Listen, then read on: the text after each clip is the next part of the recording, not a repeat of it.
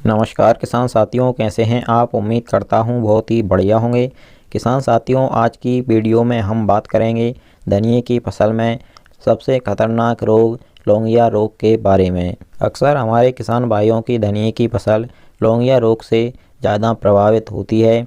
इसी कारण से हमारे किसान भाइयों ने कई जगहों पर धनिये की बुवाई का रकबा भी कम कर दिया है या फिर धनिया बुवाई करना ही बंद कर दिया है।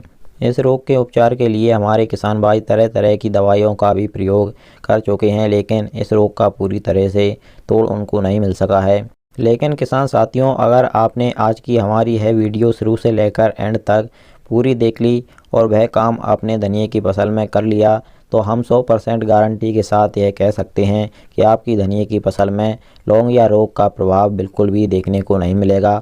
आपकी धनिये की फसल में लौंगिया रोग बिल्कुल भी नहीं आएगा। उससे पहले किसान साथियों, हमारा आपसे एक छोटा सा निवेदन है।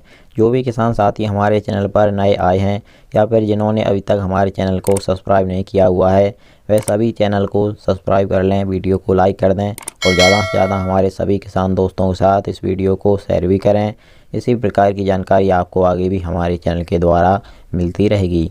किसान साथियों, पहले हम समझते हैं कि धनिये की फसल में लौंगिया रोग क्यों आता है और कब आता है। किसान साथियों, अधिक ठंडी और कोहरे के कारण से धनिये की फसल में लौंगिया रोग आता है और इसका प्रभाव धनिये की फसल में अक्सर जनवरी एवं फरवरी मंथ में देखने को ज़्यादा मिलता है। इस रोग के कारण से धनिये का जो बीज है उसका आकार लौंग के टाइप का हो जाता है, इसलिए इस रोग को लौंगिया रोग कहते हैं। यह रोग डायरेक्ट ही धनिये के फल में नहीं लगता है, यह पौधे के नीचे से शुरू होता है, यानी कि जड़ के पास से यह पौधे में शुरू होता है। उसके बाद में पूरे पौधे के साथ साथ पौधे के फल में भी यह रोग फैल जाता है। इस रोग के कारण से धनिये के पौधे की जो डालियां होती हैं वह जलेबी के आकार की टेढ़ी मेढ़ी हो जाती हैं और उसमें जो दाना लगा होता है वह भी लौंग के आकार का टेढ़ा मेढ़ा, लंबा एवं मोटा हो जाता है।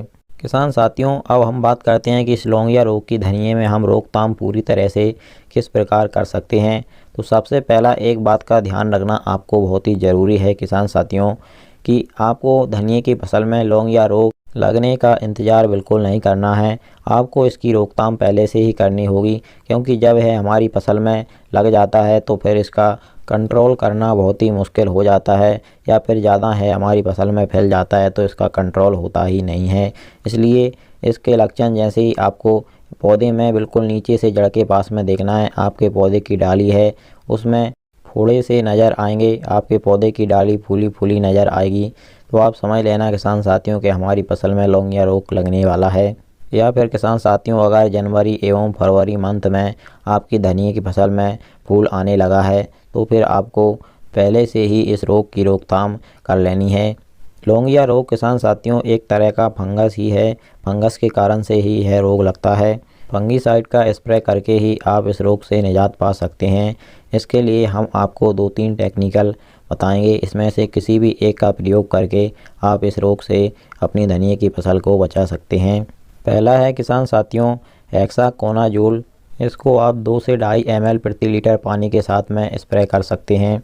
और दूसरा है प्रोपिकोनाजोल। इसको भी आप 2 से 2.5 ml प्रति लीटर पानी के साथ में स्प्रे कर सकते हैं। और इसके अलावा तीसरा है टेबुकोनाजोल। इसको आप 1 ml प्रति लीटर पानी के साथ में स्प्रे कर सकते हैं। इन तीनों दवाओं में से किसी भी एक फंगीसाइड का स्प्रे करके आप किसान साथियों धनिये के फसल में इस रोग का प्रभाव देखने से पहले ही अगर आप स्प्रे कर देंगे तो आपकी धनिये की फसल में लौंगिया रोग का प्रभाव बिल्कुल भी आएगा ही नहीं किसान साथियों। और किसान साथियों, अगर आप इसका पहले से ही उपचार कर रहे हैं तो हम आपको थोड़ा सस्ता टेक्निकल बता देते हैं। इसका नाम है हेक्साकोनाजोल। इसको आप 2 से 2.5 ml प्रति लीटर पानी के साथ में जब भी आपके क्षेत्र में ज़्यादा ठंडी या कोहरा दिखे तो उस समय पर किसान साथियों आप इसका स्प्रे कर सकते हैं, आपको अच्छे रिजल्ट देखने को मिलेंगे। तो किसान साथियों, इस प्रकार से आप धनिये की फसल में लौंगिया रोग को कंट्रोल कर सकते हैं।